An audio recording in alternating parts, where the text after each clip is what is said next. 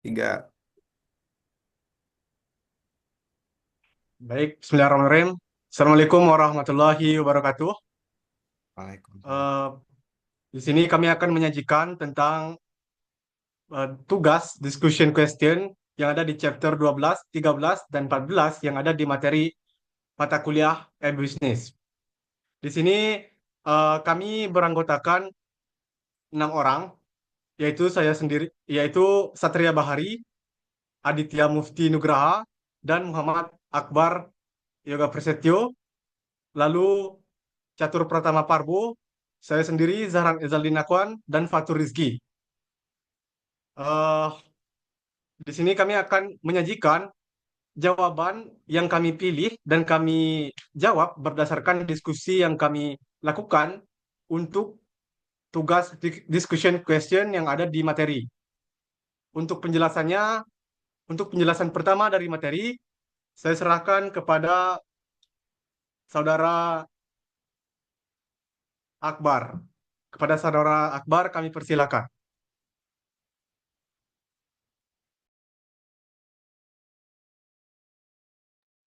Baik, terima kasih moderator untuk discussion question soal pertama itu sejauh mana operator jaringan seluler memainkan peran penting dalam e-commerce seluler. Ja- eh, Jawaban kami itu operator jaringan seluler atau MNO memainkan peran sentral dalam ekosistem e-commerce seluler karena mereka bertindak sebagai penghubung antara konsumen dan layanan. MNO memiliki akses langsung ke data pelanggan seperti lokasi geografis dan perilaku internet, yang memungkinkan mereka menawarkan layanan yang sangat personal. Selain itu, mereka mengelola aktivitas pembayaran dan penagihan, memberikan nilai tambah bagi konsumen dan menjadikan mereka pemain kunci. Untuk soal kedua, chapter 12 ini, keunggulan e-commerce seluler melalui contoh dunia nyata. Itu e-commerce seluler memberikan aksesibilitas di mana saja dan kapan saja, serta mendukung kebutuhan mendesak pengguna. Contoh nyatanya adalah aplikasi Starbucks yang memungkinkan pelanggan memesan minuman, melakukan pembayaran, dan mengumpulkan poin loyalitas dengan mudah melalui perangkat seluler mereka, meningkatkan kenyamanan dan loyalitas pelanggan. Untuk soal selanjutnya, perusahaan yang menggunakan teknologi nirkabel untuk manajemen hubungan pelanggan atau CRM dan nilai tambahnya. Pelanggan atau CRM dan nilai tambahnya. Perusahaan seperti Salesforce menggunakan aplikasi berbasis seluler untuk memungkinkan tenaga penjual mengakses data pelanggan secara real-time, meningkatkan efisiensi dan dalam menyesuaikan penawaran dan merespons permintaan pelanggan. Ini menambah nilai dengan meningkatkan kepuasan pelanggan dan loyalitas terhadap merek. Saya kembalikan ke moderator.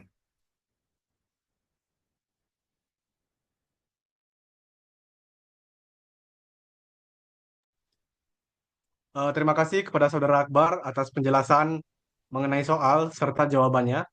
Untuk soal selanjutnya serta jawaban akan dijelaskan oleh saudara Fatur. Kepada saudara Fatur kami persilakan.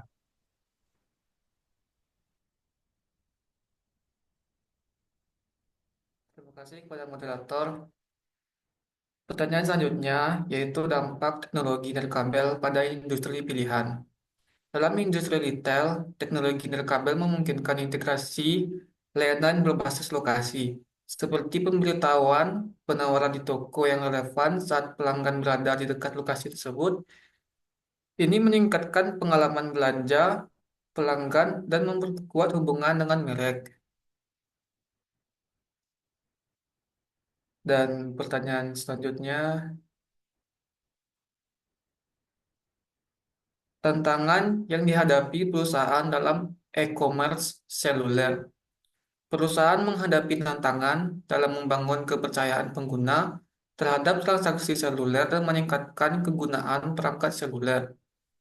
Solusinya mencakup peningkatan keamanan, sertifikat pihak ketiga untuk aplikasi, dan desain yang terbuka yang lebih ramah pengguna.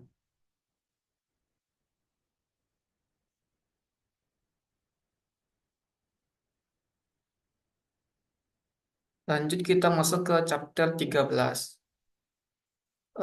Pertanyaan pertama, ilustrasikan 9 langkah formulasi strategi e-bisnis melalui contoh dunia nyata. Yang pertama, mengidentifikasi peluang strategis. Amazon mengenali peluang pertumbuhan dalam penjualan buku secara daring yang lebih praktis dibandingkan toko fisik. Yang kedua, menilai posisi perusahaan saat ini. Amazon memulai sebagai penjual buku daring dengan modal terbatas. Yang ketiga, menentukan visi e-bisnis. Visi Amazon adalah menjadi toko serba ada berbasis global yang menawarkan berbagai produk dengan pengalaman belanja terbaik. Lalu mengembangkan modal bisnis. Amazon menerapkan modal e-commerce B2C dengan inventaris yang luas, logistik efisien, dan pengalaman pengguna ramah.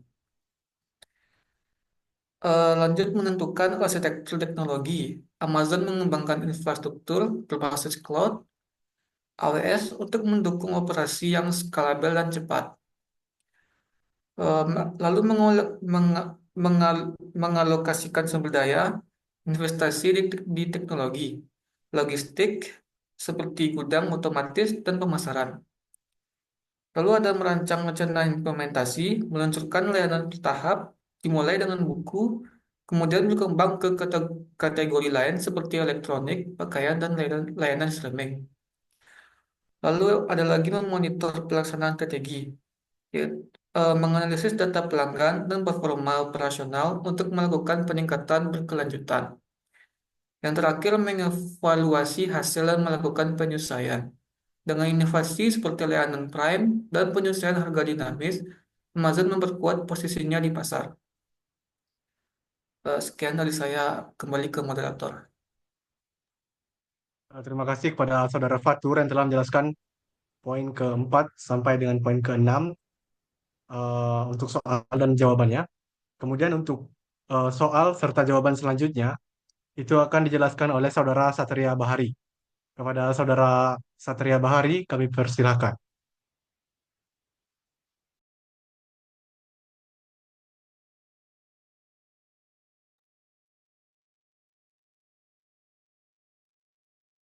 Slide.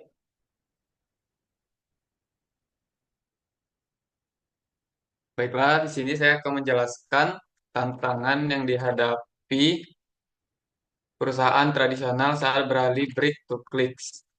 Yang pertama yaitu konflik saluran, di mana bisnis fisik mungkin khawatir toko daring akan mengurangi penjualan di lokasi fisik.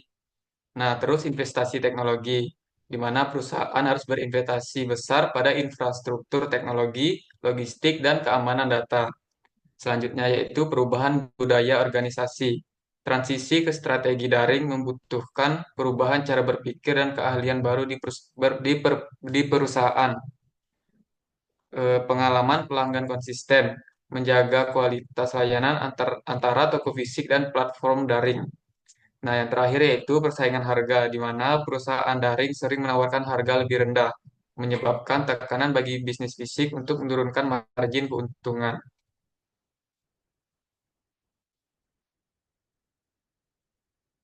Soal yang selanjutnya yaitu evaluasi 3 strategi harga utama untuk barang yang dijual secara daring.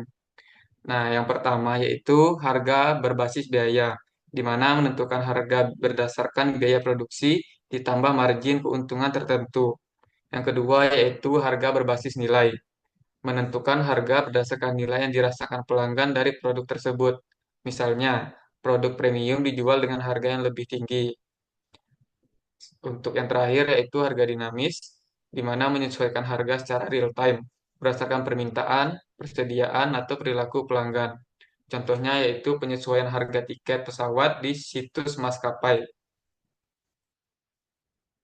Untuk soal selanjutnya, pilih aktivitas e-bisnis Anda dan formulasi melalui 9 langkah strategi bisnis. Langkah pertama yaitu mengidentifikasi peluang strategis, peningkatan permintaan layanan pengiriman makanan akibat gaya hidup sibuk dan urbanisasi. Langkah yang kedua yaitu menilai posisi perusahaan saat ini, di mana menganalisis persaingan di pasar, seperti pemain besar GrabFood dan ShopeeFood. Ketiga yaitu menentukan visi e-bisnis, menjadi layanan pengiriman makanan tercepat dan termurah di wilayah target. Yang selanjutnya yaitu mengembangkan model bisnis, model komisi dari restoran, dan biaya pengiriman pelanggan.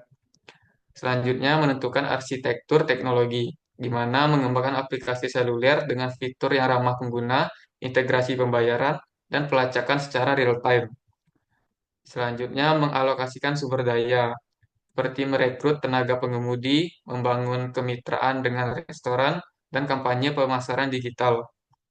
Selanjutnya, merancang rencana implementasi, di mana meluncurkan layanan di kota-kota besar terlebih dahulu, lalu memperluas ke wilayah lain. Selanjutnya, memonitor pelaksanaan strategi, di mana kita mengukur performa aplikasi, kepuasan pelanggan, dan ketepatan waktu pengiriman.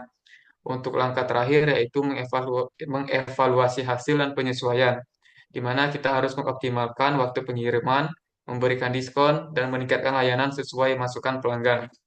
Baiklah, terima kasih. Saya kembalikan ke moderator.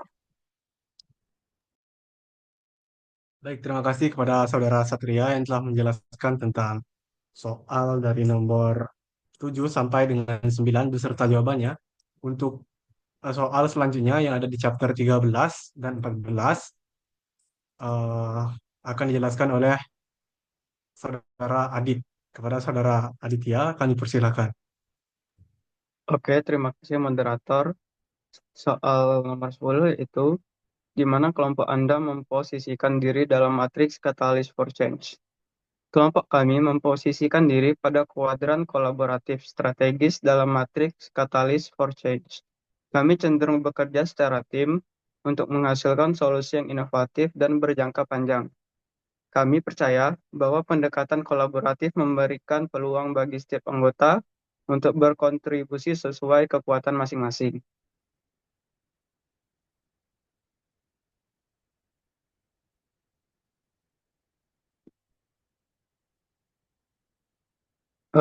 Soal nomor 11, berdasarkan diskusi internal kelompok Anda, di area mana kelompok Anda ingin meningkatkan kemampuan? Area yang perlu ditingkatkan terbagi menjadi dua. Yang pertama yaitu pengambilan keputusan dengan cepat. Kadang diskusi terlalu panjang karena kami ingin mempertimbangkan semua ide. Aspek kedua yaitu manajemen konflik. Beberapa kali terjadi perbedaan pendapat yang tidak segera diselesaikan. Rencana peningkatannya adalah kami akan menetapkan batas waktu untuk setiap diskusi agar lebih fokus dan cepat dalam mengambil keputusan, menyepakati aturan main untuk menangani konflik secara terbuka dan adil, misalnya dengan voting atau diskusi terbatas.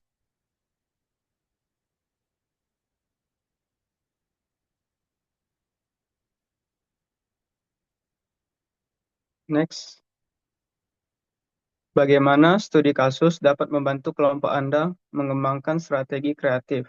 Berikan beberapa contoh. Studi kasus menjadi alat pembelajaran yang paling penting untuk kelompok kami karena yang pertama, memberikan wawasan tentang pengalaman orang lain dalam menghadapi masalah serupa. Yang kedua, mengajarkan pola berpikir kreatif yang dapat diterapkan dalam situasi kelompok kami. Yang ketiga, membantu kami menghindari kesalahan yang sudah pernah dilakukan oleh pihak lain. Beberapa contoh studi kasusnya, yang pertama ada kasus Starbucks. Kami belajar bahwa Starbucks berhasil menciptakan keterlibatan pelanggan dengan menghadirkan pengalaman yang personal, seperti nama pelanggan pada cangkir. Yang kedua, kasus Zara. Strategi Zara dalam menghadirkan koleksi baru dalam waktu singkat membantu kami memahami pentingnya fleksibilitas. Sekian yang dapat saya sampaikan, saya kembalikan ke moderator. Terima kasih Saudara Adit yang telah menjelaskan tentang peran dari kelompok untuk materi ini. Kemudian terakhir untuk chapter 14 kami serahkan kepada Saudara Catur untuk penjelasannya. Kepada Saudara Catur kami persilakan. Baik, terima kasih kepada moderator, Saudara Zaran. Di sini saya akan menjelaskan mengenai apakah selalu masuk akal untuk mencoba memahami masalah secara luas sebelum menangani masalah yang lebih rinci.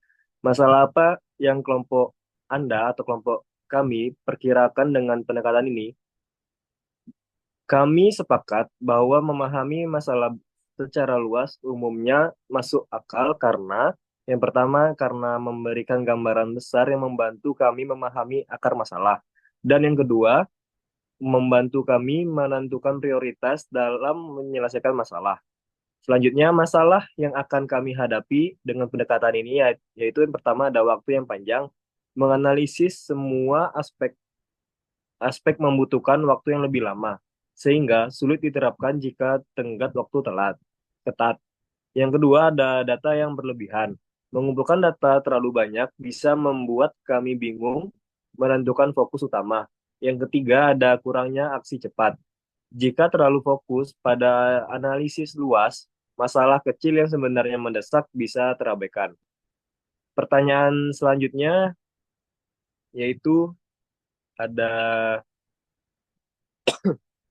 bagaimana kelompok Anda dapat meningkatkan kedalaman analisis melalui konsep dan kerangka kerja yang disajikan dalam buku ini. Yaitu yang pertama ada WOT analysis. Kami menggunakan analisis ini untuk mengevaluasi kekuatan, kelemahan, peluang, dan ancaman. Yang kedua ada Five Whys. Metode ini membantu kami menggali akar masalah dengan bertanya mengapa hingga 5 kali. Yang metode metode ketiga ada Lean Canvas. Kami menggunakan kerangka ini untuk menyusun model kerja yang terstruktur. Dan yang terakhir ada Design Thinking. Dengan tahapan Empathize, Define, Audit, Prototype, dan Test, kami dapat menghasilkan solusi kreatif berbasis kebutuhan pengguna. Sekian yang dapat saya sampaikan. Saya kembalikan ke moderator.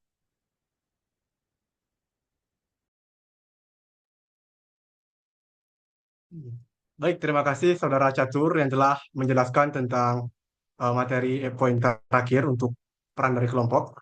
Eh, di sini dapat kita ambil kesimpulan bahwasanya secara keseluruhan jawaban dari setiap pertanyaan yang ada di materi yang ada di sebuah materi ini semuanya dapat kami jawab dan jawabannya itu berdasarkan dari artikel dan diskusi yang kami lakukan. Dan jika terdapat kesalahan-kesalahan dalam penyajian ataupun dalam penulisan jawaban, kami mohon maaf. Wabillahi taufiq wal hidayah. Selamat malam. Assalamualaikum warahmatullahi wabarakatuh.